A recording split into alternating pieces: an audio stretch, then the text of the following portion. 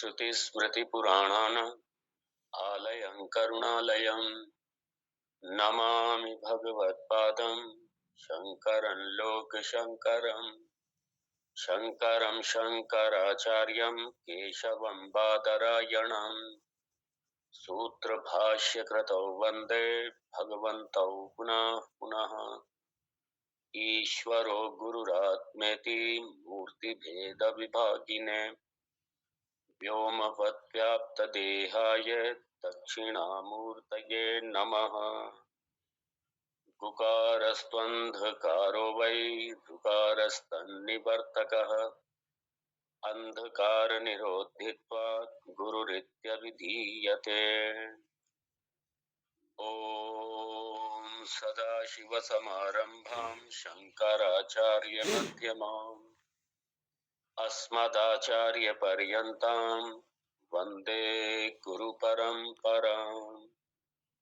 ॐ सहना भवतु सहनौ भुनक्तु सह वीर्यं कर्वावहै तेजस्विनावधीतमस्तु मा विद्विषावहै।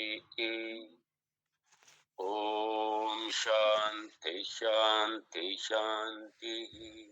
जी तो मुझसे बड़ा पंडित है भाई सुसागर। ॐ आपदामपहर्तारं दातारं सर्वसम्पदां लोकाभिरामं श्रीरामं भूयो भूयो नमाम्यहम्। भूयो भूयो नमाम्यहम्। ॐ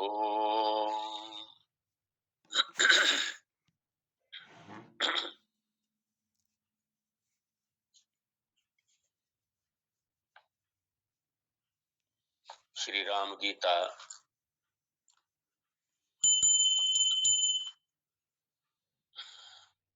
प्रथम श्लोक।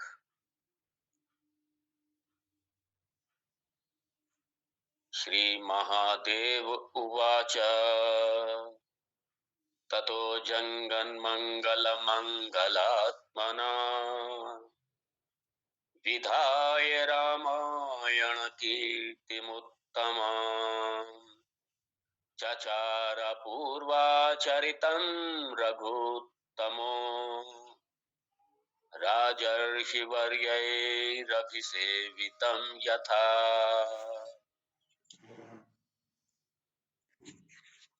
श्लोक संख्या 26। श्री रामचंद्र उवाच प्रलय कपरोक्षादि विरोधमात्मनोः विहाय संगृह्य तयोश्चिदात्मताम् संशोधितां लक्षणया च लक्षितां ज्ञात्वा स्वमात्मानम् अथ अद्वयो भवेत्। देखिए,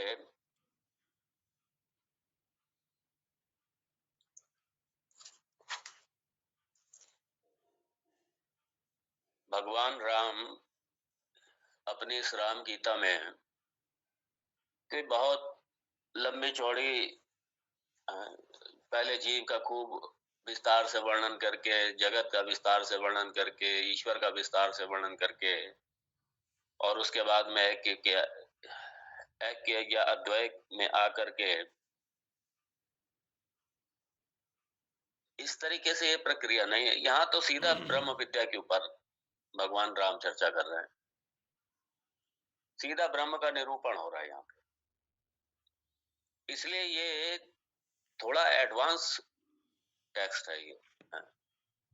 ये इसमें वही ज्यादा आनंद ले सकते हैं जिन्होंने वेदांत का काफी टाइम से श्रवण किया है और जिनका ये जीव जगत और ईश्वर के ऊपर जो वेदांत का मत है उसका स्पष्टता है उसकी, क्योंकि यहाँ पे तो सीधा भगवान एकदम सीधा ब्रह्म की चर्चा है। और इसीलिए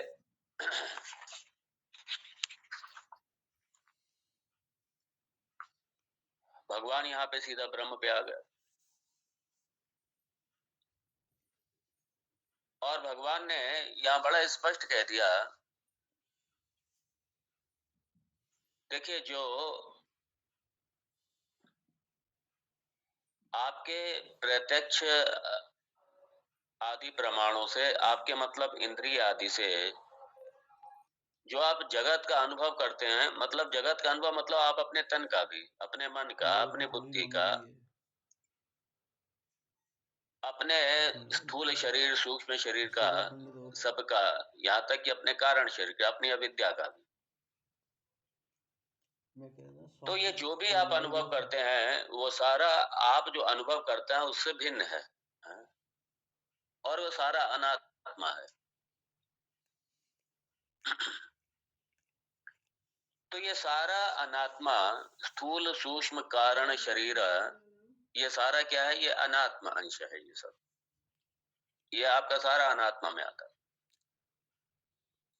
और सामान्यता होता क्या है कि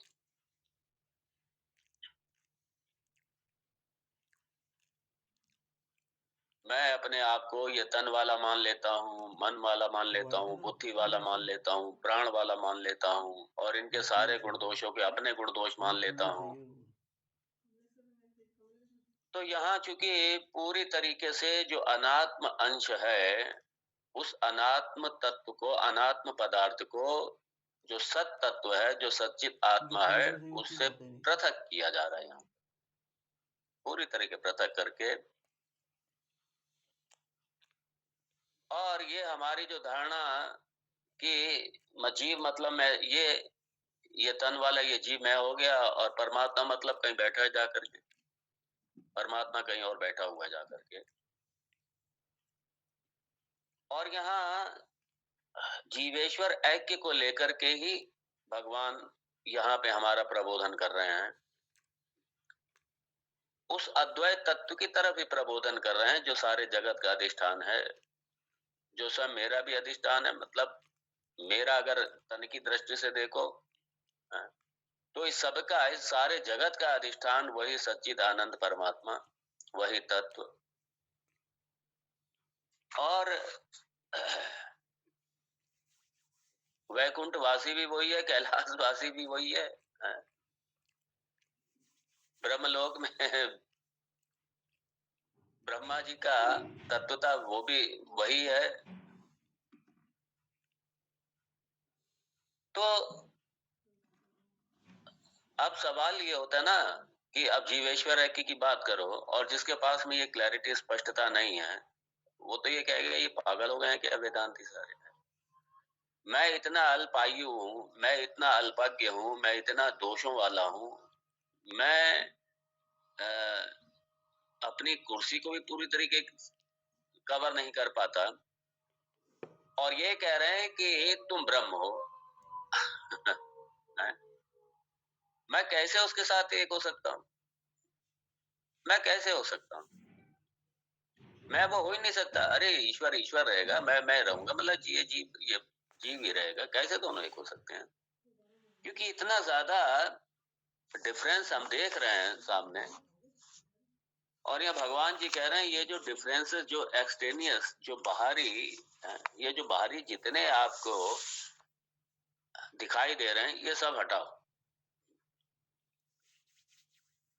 तो हमें फेंकना होगा, क्या फेंकना होगा? जितने ये बाहरी फैक्टर्स हैं, जितने बाहरी उपाधियां हैं, जितने बाहरी उपाधियां, इन सबको एक किनारे रखिए जरा। तो ये जितना भी बाहरी है, ये प्रत्यकत्वम, परोक्षत्वम, कार्यत्वम, कारणत्वम, अल्पज्ञत्वम, सर्वज्ञत्वम, अल्पव्यापिकत्वम, सर्वव्यापिकत्वम, ये जितना ये बाहरी है, ये सारा जो बाहरी जगत के ये स्थूल शरीर, सूक्ष्म शरीर, कारण शरीर आदि क्या है, ये जितने उपाधियों के गुण दोष हैं, ये सारे के सारे हटाओ भाई, सब हटाओ। तो तयोः आत्मनोः, आत्मनोः जीवात्मा और परमात्मा, इन दोनों का, तो ये जो बाहरी फैक्टर्स हैं हमारे, मतलब आत्म तत्व के अतिरिक्त, मेरे अतिरिक्त, जो निद्रा अवस्था में इन सब से रहित होकर के जो मैं अपने आप में अवस्थित रहता हूं, उसको पकड़ो। और उसके अतिरिक्त जितना है, इन सबको हटाइए। हटाइए मतलब क्या? कोई डंडा लेके हटाना, यहाँ पे इंटेलेक्चुअली, यहाँ पे ये विश्लेषण हो रहा है, संशोधितम। तो संशोधिता इन सबको इंटेलेक्चुअली, अपने बौद्धिक स्तर पर, अपने सोच के स्तर पर, अपने विवेक के स्तर पर, इन सबको अपने से हटाइए, अलग कीजिए। और ये जो है, ये हमारे कोई अंतर्निहित, हमारा कोई स्वभाव नहीं है। ये क्या है? ये सारे बाहरी हैं, एक्सट्रिंसिक हैं, इंट्रिंसिक नहीं है, एक्सट्रिंसिक हैं, ये सारे बाहरी हैं ये। इसलिए इन सबको बात करो, इन सबको निगेट करो। जैसे निद्रा में सबका निगेट हो जाता है, बाधित हो जाते हैं, उस अवस्था का जो मैं है, उसको ध्यान में लाइए, वही आपका स्वरूप है। तो ये जो शरीर त्रयम है, ये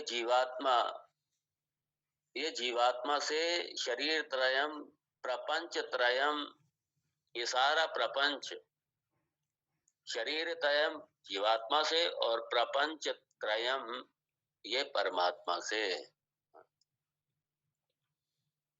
तो इसलिए सारे जो गुण हैं, जो हम ईश्वर पर अध्यारोपित करते हैं, सारे गुण, वो सारे के सारे बात करो, क्योंकि ईश्वर निर्गुण है।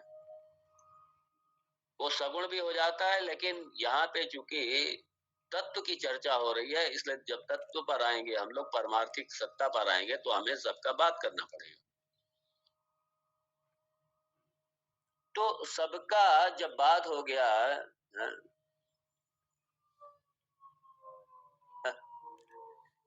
इसलिए क्या है ना, यहाँ पे क्योंकि भगवान बुद्ध ने ये किया था, उन्होंने जब ये विश्लेषण किया, उन्होंने देखा अंत में तो कुछ रह ही नहीं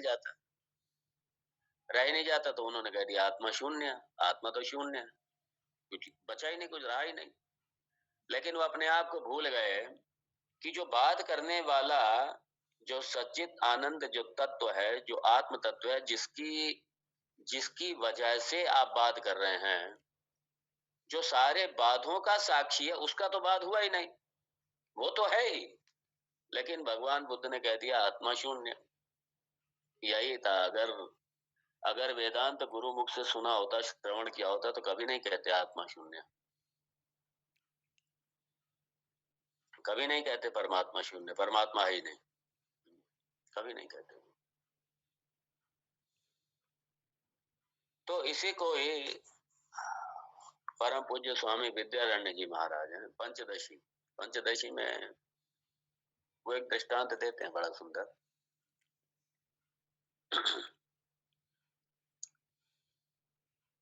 जैसे आप, एक हॉल है, हॉल को खाली कीजिए, हॉल को खाली कीजिए, तो लोग क्या करेंगे? अभी हॉल को हमसे कहा जाए, आपसे कहा जाए कि हॉल में हॉल को खाली करो, तो आप क्या करेंगे? हॉल की जितनी वस्तुएं हैं, ये गलीचा है, दरिया है, मेज हैं, कुर्सी हैं, जितना सामान है, वो उठा करके सब बाहर रख देंगे आप, और बढ़िया से झाड़ू पोछा लगा देंगे और साफ कर देंगे, और आप कह देंगे कि हाल तो हमने खाली कर दिया, हाल हमने खाली कर दिया।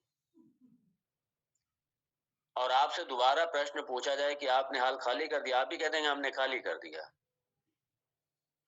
फिर ये कहा जाएगा नहीं, हाल अभी खाली नहीं हुआ पूरी तरीके से, हाल को खाली